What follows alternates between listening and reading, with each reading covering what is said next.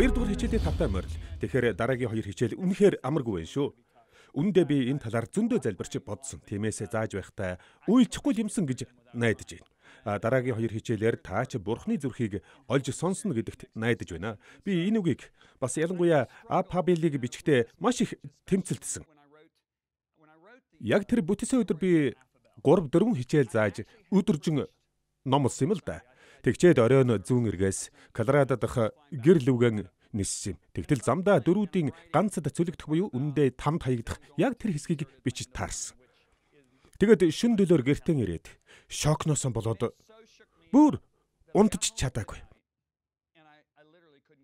Ер нь бол өдөржин номлосон өдрөө би дэрэн дээр толгой тавиад л 10 секундын дотор нам унтдаг л да.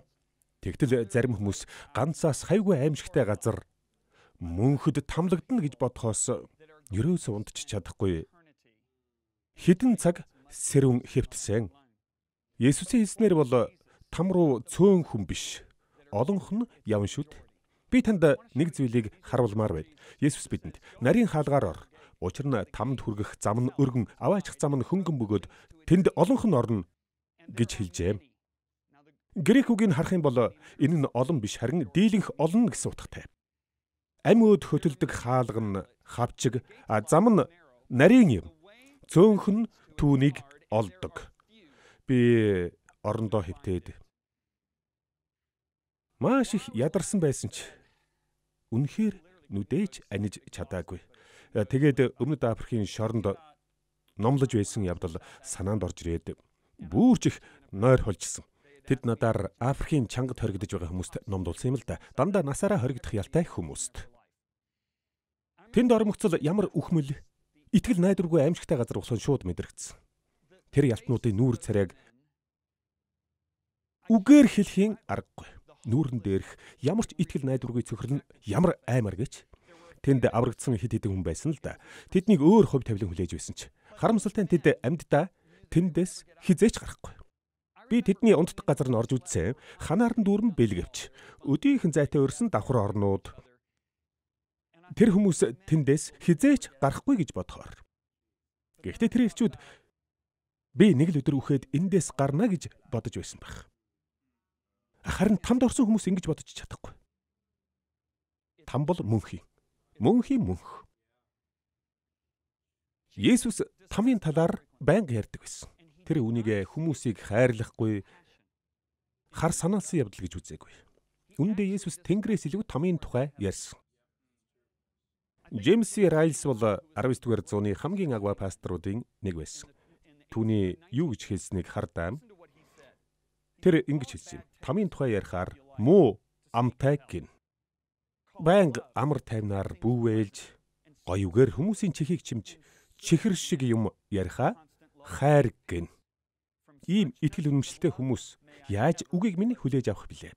Харин миний хувьд Бурхны зөвлөгөөг бүтнээр нь тунхаглаж аюулын талаар хүмүүст анхааруулах нь жинхэнэ хайр мөн. Би тамийн талаар ярихгүй л өөрт ашигтай юм бусдаас нуун дарагдуулж, диаволыг ялалтанд хүргэж байгаа хэрэг болно гэж хэлсэн юм.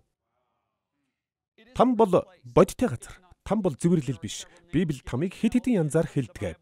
Нэг нь Шиол. Энэ бол тамыг нэрлэх хуучин гэрээний нэр.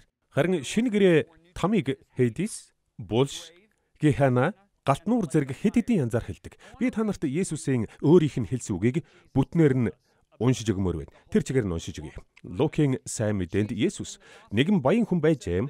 Тэр нил өнгийн нарийн нэгсэн майланган хувцс өмсөж өдөр бүр найрлан цэнгэдэг байв. Одоо төр зогсно. Есүс сургаалт бүлгэрээ хизээч нэр бүхий нэгэн хүн байжээ гэж эхэлдэггүй байсан. Тиймээс энэ сургаалт бүлгэр биш болох нь шууд мэдэгдэж байна. Энэ нь бодиттой түүх гэдгийг би та нарт дараагийн хэдэн ишлэлээр батлаад өгье. Яр шарханд баригдсан Лазар гэгч нэгэн ядуу ир байжээ. Тэгэхээр Есүс сургаалт бүлгэрийнхээ дөрүүдэд хизээч нэр ус өгч байгаагүй. Тэгэхээр дахиад харъя.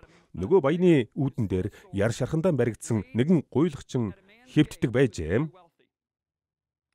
Баян хүн нил ягаан өнгийн хувцас өмсдөг байж. Тэр үед зөвхөн үлэмж баян хүмүүс л нил ягаан өнгөөр ойдог байсан. Гэхдээ Есүс тэр хүнийг мөнгө төгрөгтэй байсанд нь буруутгаагүй. Есүс нэг удаа хотдоо хамгийн баянаараа зартай байсан Заккай гэдэг хүнд үйлчилсэн байдаг. Есүс түнд "Би танад очиж оройн хоол идэнэ" гэсэн. Тэр хүн баян байсан нь асуудал биш юм. Гол асуудал нь тэр баян өдөр бүр үүдэнд нь хэвтэх үгээгүй гуйлагчныг хүн гэж тоогоогүй юм. Тийм үү? Хамаг асуудал нь үүнд л бий. Яр шарханд баригдсан Лазар гэгч нэгэн ядуу ир хаалгын сахин хэвтэж мөнөх баяны ширээнээс унсан өвдөд цөвдлийг идгсэн хэмээн хүсдэг байжээ. Бас болоогүй ноход ирж түүний шархыг долоодог байж. Тэгсэн ядуу ир үхсэнд Тэнгэр элч нар түүнийг авч Авраамийн өвөр дээр тавьжээ. Юу гэж би итгэж хүмүүсийг нас барахад Тэнгэр элч нар ирээд тэднийг өргөөд авч явсан тухай гэрчлэлийг дэрэгдэн байсан хайртай хүмүүсээс нь зөндөө сонсож байсан. Нэг найзын маань ээж саяхан өнгөрсөн юм л да. Найз маань Флоридад би энэ маш муу байгаа ээжигээ сахиад байж байж. Тэгтэл ээж нь хан руу ширтэж байснаа гинэт ухаан ороод "Хөөе, тэр хоёр хүнийг хараач" гэж юм. Тэр найз маань маш алдартай рок-н-роллын дуучныг иргэлдэ. Тэгэд найз маань "Ээж юу хүмүүс гэтэл ээж нь тэр маш үзэсгэлэнтэй ирчүүд биднийг чиглээд ирж байна" гэж хэлээд л өнгөрсөн гэдэг. Бас миний танил нэг үйлчлэгчийн хүүн аавын нас барах үед хоёр маш үзэсгэлэнтэй Тэнгэрлэгч өрөөнд нь ирсэн гэсэн. Гуйлагчны хөвдөч бас тэгсэн. Тэнгэрлэгч нар түүнийг авч Авраамийн өвөр дээр тавьжээ. Баян хүнч үхсэнд түүнийг оршуулв. Тэгэхээр нэг зүйлийг санаарай. Би нэг зүйлийг хэлье. Тэр баян хүн еврей хүн байсан. Еврей уламжлалаар хүнийг хүн ёсоор оршуулахыг талигаачид хүндэтгэл үзүүлж байна гэж үздэг. Өөрөөр хэлбэл та нэр хүндтэй амьдралаар амьдарсан бол таныг энэ ертөнцөөс хүндтэйгээр үдэж байна гэсэн үг. Тэгээд баян хүнийг асар нэр хүндтэй оршуулсан бол Лазарыг ягаачгүй. За цаашаа уншия. Тэнхүү тэр үхэгсдийн оронд тарчлан байхдаа энэ бол баян хүн шүү. Тэнд тарчлалыг олон тоогоор бичсэн байгаа шүү. Бусад орчуулга дээр үлэмж их өвдөлт, зовлон, зовир гэдэг. Тэгэхээр нэг зүйлийг мэдээрэй, зовлон гэдэг үгийг бодоод үз. Тэнхүү тэр үхэгсдийн оронд тарчлан байхдаа хараагаан дээшлүүлж тэр дээд байгаа Авраамыг болон түүний өвөрдөх Лазарыг харав. Авраамийн өвөр нь хуучин гэрээний ариун хүмүүсийн хүлээлгийн газар юм. Тэд Есүсийг ирж толбгүй хураг болон өөрсдийг нь угтаж оруулахыг хүлээдэг байжээ. Есүс үхлээс амьлуулагдсныг санаж байна уу? Бушийн санаж байна уу? Есүс аав руугаа хараахан яваагүй байсан учраас нас барсан хүмүүс бужнаасаа амьлуулагдсан гарч хүмүүст үзэгдсэнийг санаж байна уу? Есүс тэгэхэд цусаа өршөөлийн суудал дээр хараахан цацаагүй байсан болохоор тэр хүмүүст очих газар хараахан байгаагүй байж. Тиймээс Есүсийг өршөөлийн суудал дээр цусаа цацлан тэд жаахан зугааж үсэн гэхүүтэй. Солиот тавгаач. Тэгээд нөгөө баян Авраам ааваа гэж хашгирчээ. Тэр баян еврей хүн Авраамыг ааваа гэжээ. Тийм үү? Хэрв тэр араб юм уу өөр аль нэг үндэстэн байсан бол Авраамыг аав гэж дуудахгүй лавтай. Авраам эцгээ намайг өршөөгөөч, Лазарыг нааш нь явуулаач. Тэр хурууныхаа үзүүрийг усанд дүрээд хилийг минь сэрэг зүлэг. Учир нь би энэ галд ам тэмцэн зовж байна гэж хашгирахад гэсэн байна. Энд олон зүйл гарч байна. Хүмүүс тамд маш бодиттой байдаг гэж хэлснийг санаж байна. Есүс нэгэн мэдгэл хийсэн. Есүс бийч сэтгэлч тамд устгагдана гэж хэлсэн. Хүмүүс тамд яг л хүнээрээ байна. Ойлгомжтой юу? Тэд бодож сэтгэх чадвартай байна. Сэтгэл мэдрэмжтэй байна. Хүсэлтэй байна. Махан биетэйгэн байна. Баян хүн хурууны талаар ярьсан байгаа биз? Бас хэлний талаар тэр бүх мэдрэмжтэйгэн байсан. Баян хүн Авраам аавыгаан харсан. Бас Авраам аавыгаан сонсож чадсан. Тэр зовир мэдэрсэн. Ядаж хэлээч атугай чиглэхийг хүссэн. Надад Калифорнийн бизнесмен нэг найз бий. Түүнийг Есүс 23 минут тамд аваачсан юм. Тэгэд найз маань энэ талаараа ном бичсэн юм. Маш сайн ном шүү. Би хоёрхан бүлэг уншаад л цаашаа чадахгүй нэ хэмээн тэр чигээрээ бүрэн сөхөрч унсан. Гэхдээ тэрээр тамд тэр бүх аимшиг аюулаас гадна би аимшигтай цангаж байснаа хамгаас их мэдэрсэ. Би ямар нэг юм уухыг хүссэн ч ямар ч арга байгаагүй гэж ярьсан юм шүү. Тэгээд агаар нь тамд яг л ямар ч агааргүй юм шиг амьсгалахтаач яг ингэж л амьсгалмаар. Тэнд бас аимшигтай халуун, дээрэс нь аимшигтай муухай үнэртэй гэж ярьж билээ. Авраам, хүү минь чи амьдралынхаа туршид сайн сайхан зүйлээ хүлээн авахд Лазарч тэрчлэн муугаан авсныг чи санаач. Харин одоо тэр энд тайтгарч чи энд зовж байна. Тамлагдана гэдгийг харж байна уу? Энэ үг 3 дахь гарч байна. Тийм үү? Цаашаа явцгаая. Энэ бүхнээс гадна энэ нь Тэнгэрлэг оролцоо юм шүү. За юу? Үндэ энэ бурхан өөрийнхөө нэрийг дурдлагүйгээр оролцож чаддгийг л харуулж байгаа юм. Энэ бүхнээс гадна гүн ангал чи бидний дунд тогтожээ. Өөрөөр хэлбэл бурхан өөрөө энэ гүн ангалыг бүтээжээ. Энэ талаар удахгүй тайлбарлана. Энэ бүхнээс гадна эндээс наанч нь очих, наанаас чинь энэ дэрхий хүсгчдийн хэн ч ирж очиж үл чадах тийм гүн ангал чи бидний дунд тогтожээ гэхэд цаашаа явъя. Тэр эцгээ тэгвэл түүнийг миний эцгийн герт илгээхийг би танаас гуй. Би 5 дүүтэй. Энэхүү тарчлалын газар тэднийг ирвэхгүй тулд Лазар тэдэнд сануулга гэж хэлжээ. Тэгэхээр яг одоо түр зогсъё. Баян хүний мөн чанар огт өөрчлөгдөөгүй байгааг анхаараарай. Баян хүн Лазарыг илгээгээд норгосон хуруугаараа хатаж ангасан хилийн чиглэж өгөхийг Авраамаас гуйсан байна. Баян эр Лазарыг боол гэж үзсээр л байна. Баян хүн Лазарыг гэр бүл рүүгээ илгээхийг Авраамаас гуйжээ. Энийг хүмүүс сайн ойлгодгүй юм. Есүс Христийн авралын нэгүүлсэл байхгүй хүмүүсийн амьдрал дах харанхуй нь тамд ч үргэлжилдэг. Хэрв та ямар нэгэн донтой байсан бол тамд бүрч аимшигтай донтно. Гэхдээ ямар ч тайтгарал байхгүй. Донтой хүн энэ дэлхий дээр тайтгардаг. Тэр мансуурч тайтгардаг. Архичин хүн ч дэлхий дээр тайтгардаг. Дахиад ганц жил юм уухаараа эсвэл мансуурч тайвширдаг. Харин тамд байгаа донтогчд ямар ч тайтгарал байхгүй. Тэнд таны бүх мэдрэмж улам нарийсч донтолтын төвшинчинч улам л ихсэн. Энэ нь тамийн тэр олон тамлалын нэг юм. Ойлгов? Тэгэхээр би тэр баяны мөн чанар нэгч өөрчлөгдөөгүй байна. Тэгээд өршөөл гуйсан. Тамд байгаа хүмүүс тэндээс хизээч гарахгүй гэдэг баримтыг хизээч хүлээж авч чаддгүй болтой. Тэд найдсаар л байна. Гарах арга чарга хайсаар л байна. Тэгээд эндээс харах юм бол Авраам амьд ах уйдаа гэж хэлсэн байгаа биз? Баян хүн амьдралаа эргэн сонсон. Тэр баян хүн дэлхий дээр байгаа түүний гэр бүл рүү Лазарыг илгээгээд тэдэнд нь там гэж байдгийг дамжуулж өгөөч гэж гуйжээ. Миний бодлоор үүн шиг аимшигтай тамлал байхгүй бах. Тамд байгаа хүмүүс амьд ах уйд нь түүнтэй хин нэг нь сайн мэдээ хуваалцсныг, бас зүрхэндээ үн мөнх гэж байгааг, бас бурхан гэж байгааг мэдэрч байсан ч тэд бурхан байгаа гэдэгт итгэж тэр бурханд үйлчлэхээс дургуутсандаа хүлээж авахаас татгалцснаа санах байх. Надаас хасраг үйц. Цааш нь харин Авраам тэдэнд Мосе ба иш үзүүлэгчд байгаа. Дүүнэр чинь тэднийг сонсог гэхэд тэр үгүй Авраам эцэг минь. Үхэгсдээс хин нэг нь тэдэн рүү явбал тэд гимших болно гэв. Харин тэр түнд хэрв тэд Мосе ба иш үзүүлэгчдийг сонсдгүй юм бол үхэгсдээс хин нэг нь амилсан ч тэд үнэмшихгүй биздэ гэж гэв. Авраамынд маш хүчрхэг үннийг хэлжээ. Юу вэ гэхээр бидний зүрхэнд Бурхны үг л итгэлийг байгуулдаг ажээ. Ёр бусын гайхамшиг тустай боловч энэ нь хүмүүсийн зүрхэнд итгэл байгуулахгүй. Авраам тэр даруй баян хүнийг Бурхны үг рүү чиглүүлжээ. Зовлонгон хуваалцах гэдэг үгийг мэдхүү. Тэгвэл тамд тийм юм байхгүй. Яагаад энэ хүн Авраамаас Лазарыг дүүнэр лугаа илгээхийг гуйсан бэ? Хэрв тамд хансаж болдог байсан бол баян эр дүүнрээ авчрахыг хүсгэл байсан. Гэтэл тамд ямар ч хансал байхгүй. Тамиг үдсэн хүмүүс тамиг аимшигын ганцаардлын газар гэдгээ. Хэрв та Англиас өөр хэлээр ярьдаг бол, хэрв та Джон Лиза Бивэрийн бусад сургаал хичээлийг сурмаар байгаа бол, Cloud Library.org хаягаар нэвтэрч видео хичээл сургалтын материалыг үн төлбөргүй татаж авна уу? Хэлээ сонгоно уу? Өргөтгсөн сангаас хүссэн материалаа сонгоно уу? Цахим ном, видео хичээл, аудио ном сургаал, зургатын хөтөлбөрүүд, Библи зэргийг дэлгэрэнгүй Cloud Library.org хаягаас. Лизавет тэр хэдэн жилийн өмнө нэг мундаг чуулганы пастораар үйлчилдэг найзындаа зочилсон юм. Найз маань тэр орой бид хоёрт урд нь хизээч хүнд ч ярьж байгаагүй түүхэн ярьсан юм. Тэгэд тэр аав ээж хоёр маань намайг чуулганд өсгсөн. Гэхдээ би чуулганд явдаг ч гэсэн Есүс Христтэй ямар ч харилцаагүй байсан л да гэж хэлсэн юм. Тэд халуун оронд амьдардаг байжээ.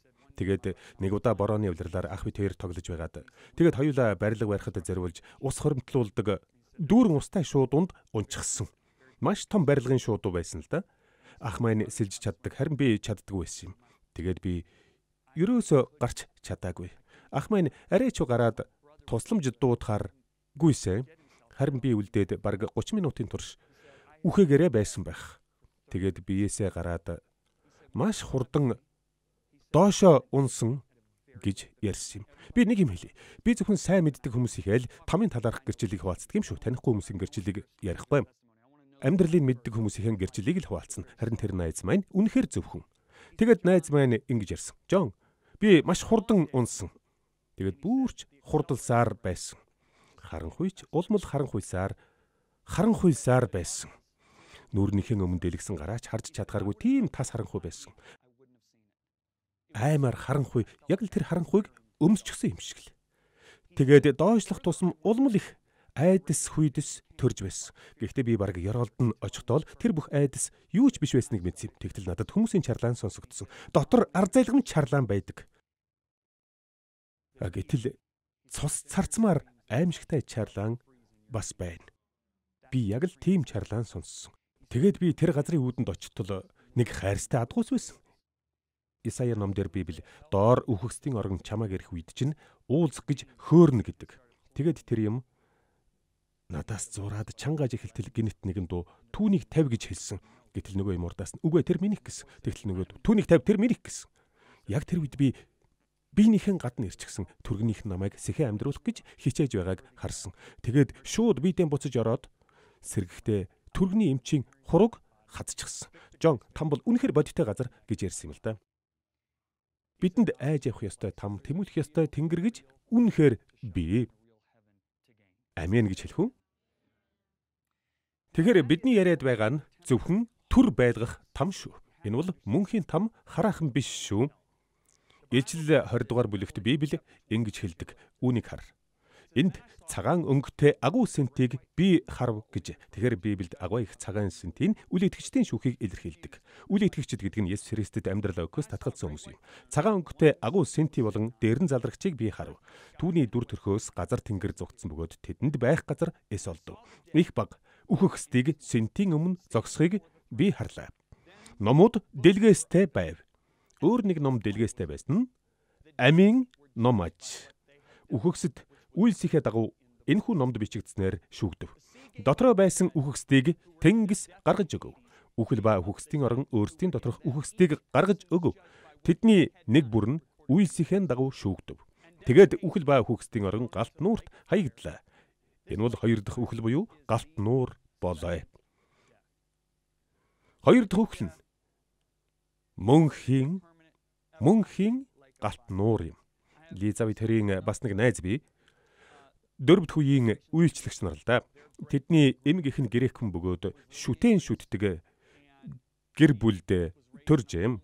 Тэр эмээ хүүхэд байхдаа бурхныг хайж байгаад дээврийнхэн хонгилд Голгот дээрх үзэгдлийг үзсэн байна.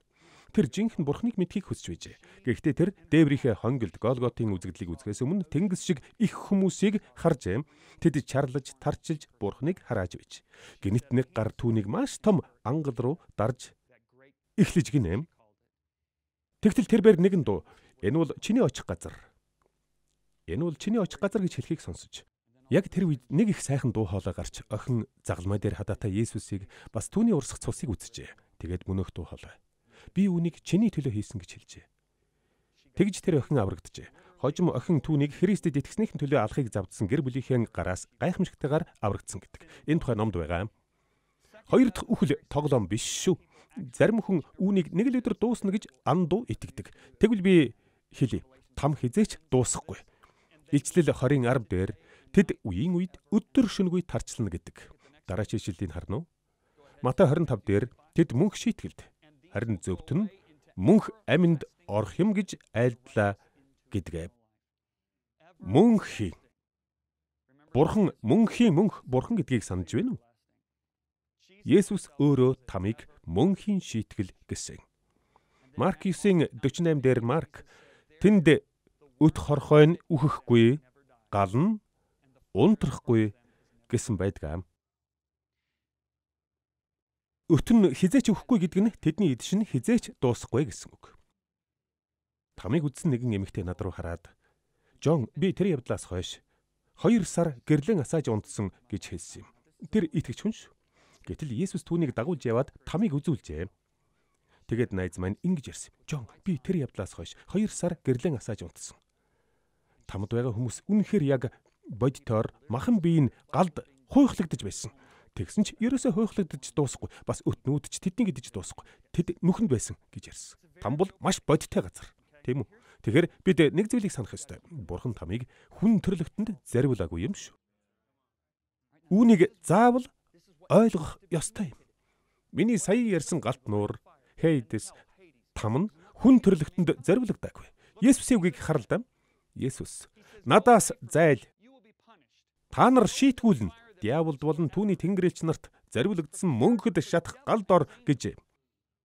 Галт нуур там нь диаволд зариулагдсан юм.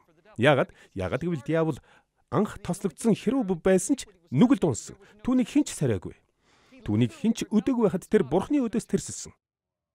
Тиймээс бурхан тамыг диаволд болон түүний тэнгэрэлч нарт зариулж бүтээжээ. Библи тэнгэрэлч нарын 3-ны 1 нь нүгэл үйлдсэн гэдэг. Там ингэж л бүтээгдэжээ. Гэхдээ бурхан хүнийг бүтээж газар дээр тавихад могой Еваг мэхлэж Адам бурхны үгнээс гарсан. Тэд өөрсдөө ямар ч өршөөлгүй захирагч Люциферийн гарт тушаасан. Бурхан анх газрыг хүнд өгөх үед хүн бурхных байсан. Гэтэл хүн бурханд дуулуургүй авирлахдаа өөрийгөө Люциферт тушаасан юм. Тиймээс л тэр энэ дэлхийн бурхан гэгддэг. Тиймээс түүнийг харанхуйн ханхүү гэдэг. Тийм үү? Тэгтэл Есүс ирсэн. Тэр бол бурхан. Бурхан газрыг аль хэдийн хүнд өгчихсөн. Тиймээс Есүс би газар дээр бурхныхаа дүрээр очиод хүмүүсийг чөлөөлж чадахгүй. Тэгвээс би хэлсэн үгээсээ буцна. Хэлсэн үгээсээ буцвал би яаж бурхан байх вүлээ гэж ойлгож байна уу? Ойлгосноо. Хэдийгээр инхэн хүний болзлоор хөдлөж байгаа хэрэг боловч анхнаасаа ингэж л тохиролцсон байжээ. Тиймээс бурхан надад нэг төлөвлөгөө байна. Би 100% хүн, 100% бурхан хүнийг олъё. Хүн л анх хүн төрлөختнийг сатаанд тушаасан. Тиймээс хүн л өөрөө хүн төрлөختнийг сатанаас чөлөөлөх ёстой гэж юм. Ойлгов уу?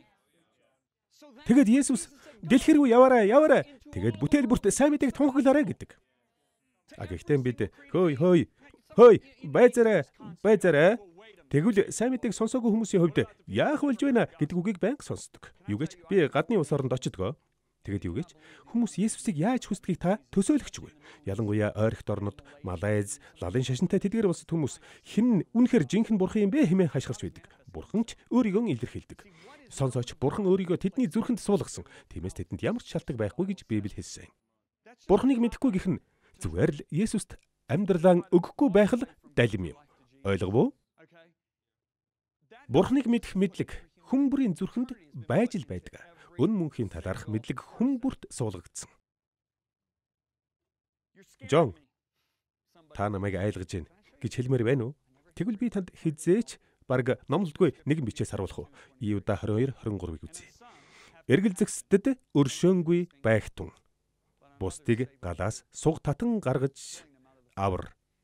Лизави тэр нэг удаа маш алдартай нэгэн рок-н-роллын дуучинтай болон түүний гэргитэй оройн хоол идсэн юм. Тэр хүн 1992 онд аврагдсан юм л да. Тэрээр 70-80-аад онд дэлхийн хамгийн алдартай рок оддын нэг байлаа. Тэгэд бид дөрөв 3 цагийн турш хооллож ярилцсан. Гэтэл тэр хүн над руу хараад "Жон, намайг бурхны хайр авраагүй" гэж хэлсэн юм да. Тэгснэ намайг битгий буруугаар ойлгоорой. Би итгэсэн цагаасаа л бурхныг хайрлсан. Би Есүст маш их хайртай. Гэхдээ намайг бурхны хайр авраагүй. Бурхны хайрыг хүлээж аваагүй. Намайг бурхнаас эмэх айдас л аварсан юм. Нэг удаа би шоунаас ирээд орон дээр хэвтэж байхдаа эргэлт буцалтгүй там руу явж байгаагаа мэдэрсэн.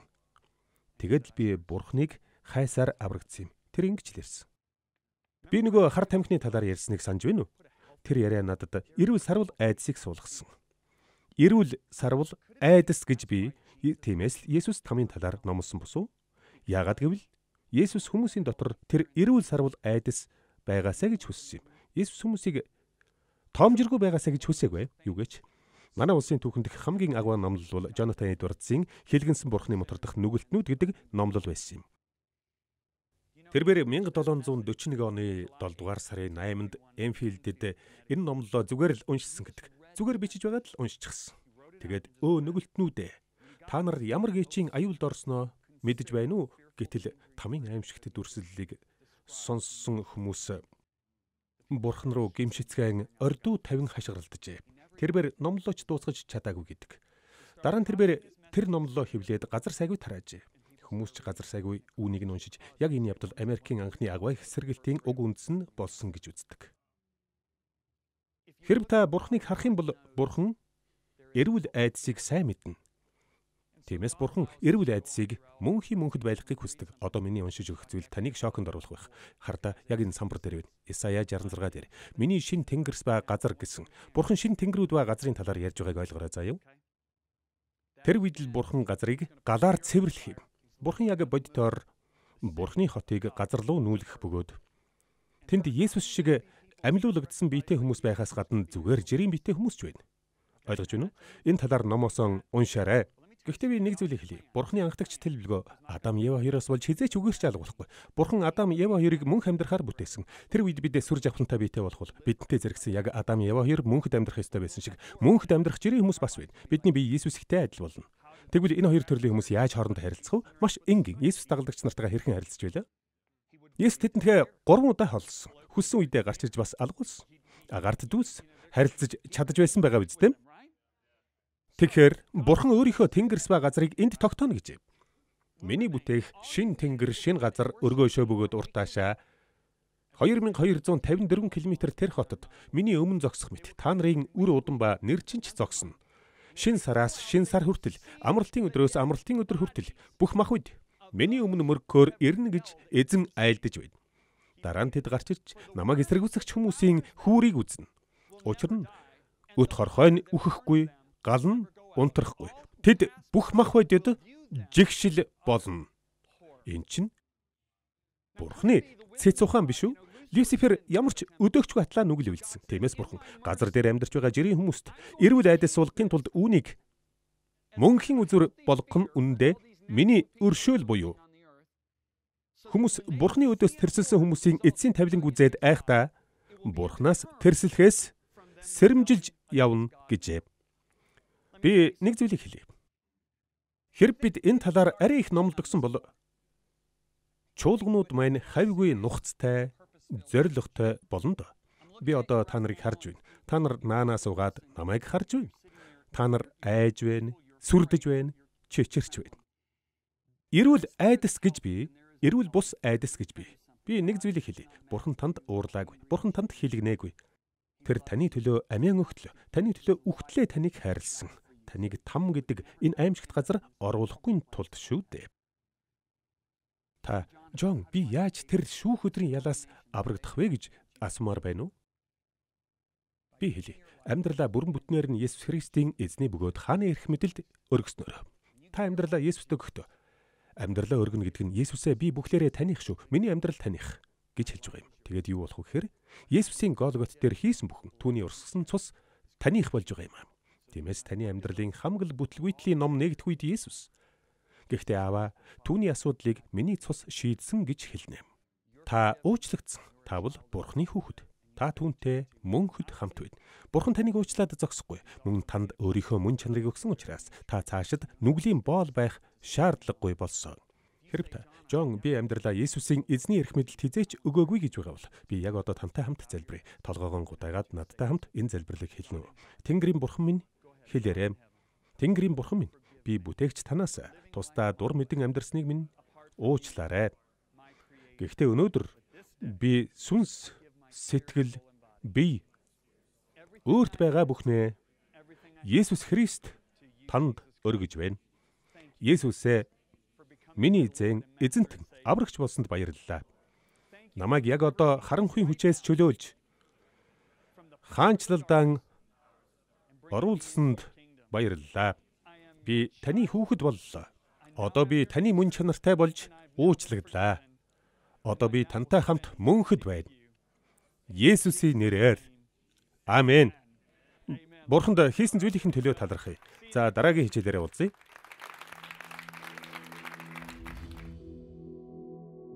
Нилээд аймаар хичээл байна. Гэхдээ тустай. Заримдаа бидэнд үнэхээр хатуу юмс хэрэгтэй байдаг. Там хүнд зориулагдаагүй гэдгийг мэдэрэй. Матай 25 дугаар бүлгийн 41 дугаар ишлэлээс үзвэл там нь диаволд болон тэнгэр элч нарт зориулагджээ.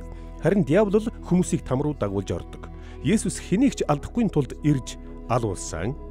Тиймээс ямар ч хүн галд хуйхлуулж өтөнд бариулах шаардлагагүй. Газар дээрх хамгийн аймаар нөхцөлийн талаар бодоод үз.